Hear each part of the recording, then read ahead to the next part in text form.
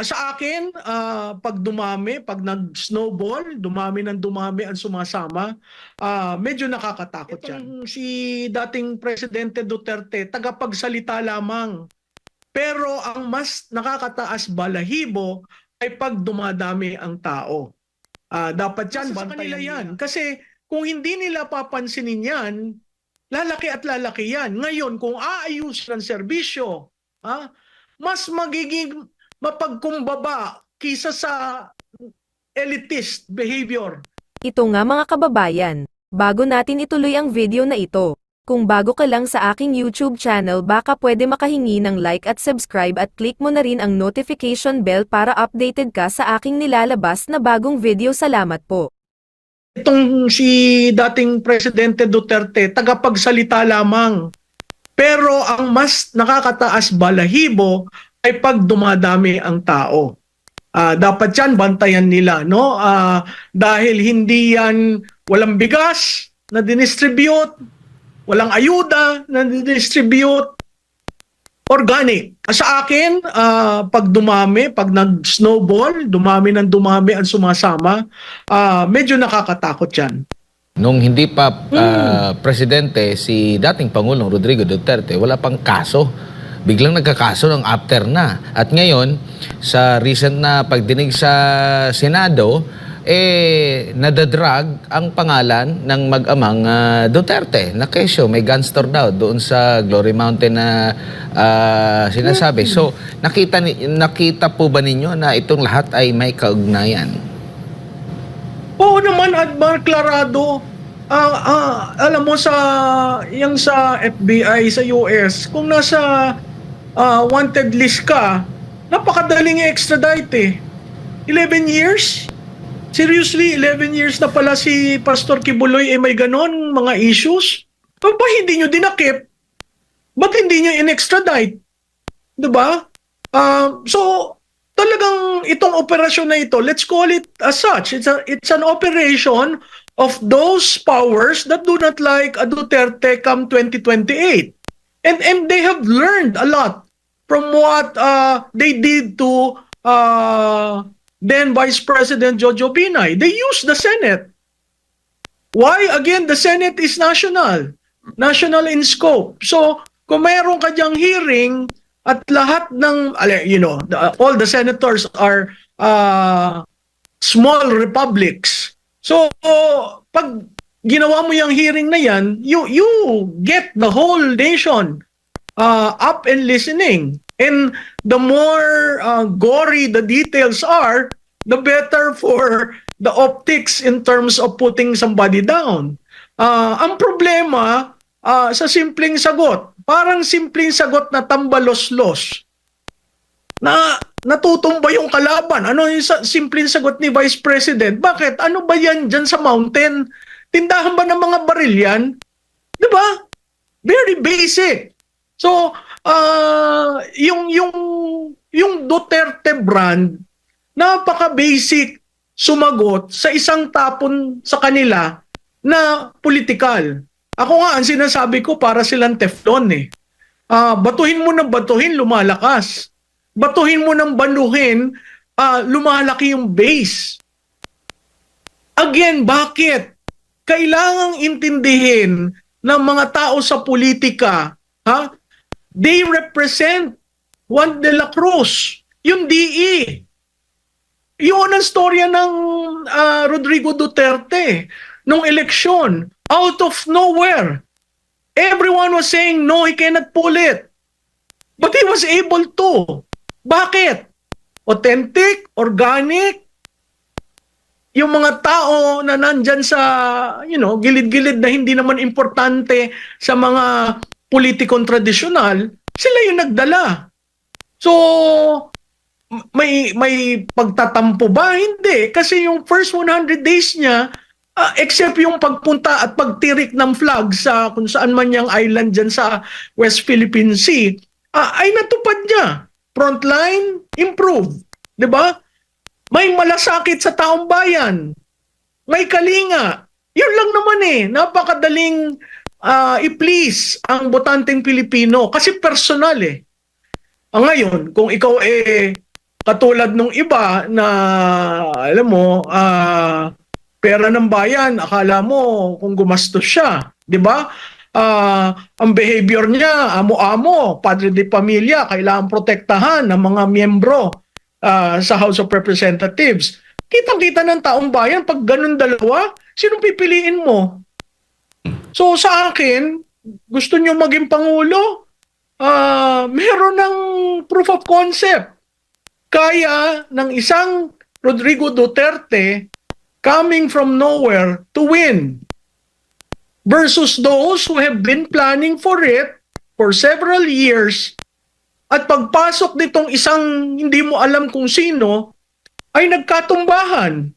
So, if you're looking for a playbook, parating sabi ni Presidente Duterte, wala yung playbook, wala akong playbook, I threw it out.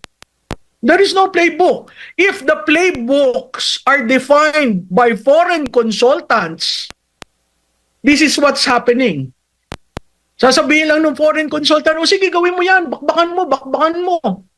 O sino nag-erode ng trust? Tingnan natin sa numero. Kasi yung numero ng mga survey firms, hindi pareho ang numero, pero pareho ang trajectory. Anong ibig sabihin nun? Sino nawawalaan ng, ang tawag doon trust deficit? Sino? At alam natin, lalo na dun sa mga taong nasa kampanya, ang tiwala ay mahalaga. Ang tiwala, hindi mo kayang gawin overnight. Okay? Ang awareness, kaya mo yan. 90-day campaign period, maglagay ka ng maglagay ng ad. Katulad ng ginawa ng dating kandidatong Martin Romualdez. He spent 350 million pre-campaign. Tumaas ang awareness. Nanalo? Hindi, kasi tiwala.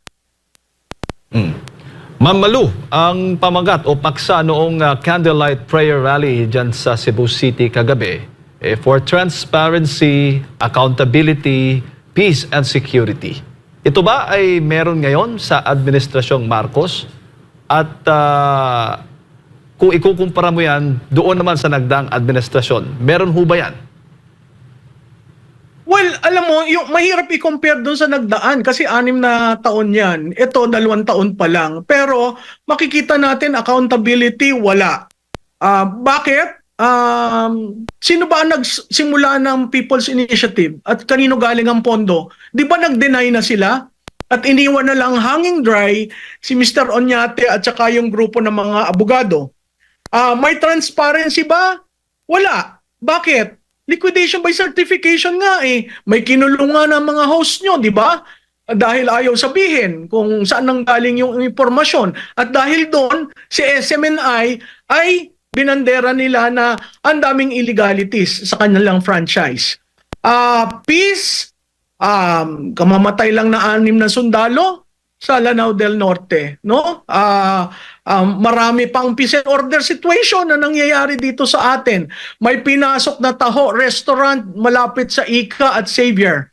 Anong kinuha? Mga laptops at computers ng mga bata. May pinasok na isang alhasan sa Cotabato City. Anong ginawa? Wala. Para lang walang takot eh. So kung wala kang takot, ibig sabihin, palakasan tayo. Security, saan ka naman nakakita na nawala na ang base militar? Meron tayong ilang EDCA sites. At sinabi ni Pangulo dun sa huli nilang pagkikita ng ambassador ng Estados Unidos, you are welcome, you can use whatever. Ano na tayo, no? Are we a sovereign nation? Or are we here to fight the battles ng Estados Unidos? Hindi natin kalaban ang China. May pagkakaiba, may kailangang ayusin, pero certainly hindi para to draw the guns and fight each other.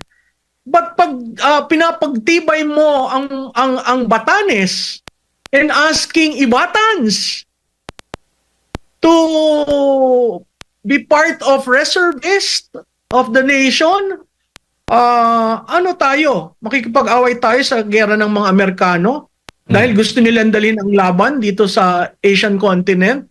parang dun sa lahat na tinanong mo, at sa 2 taon nitong administration na ito, gumuho lahat yung 4 na variables.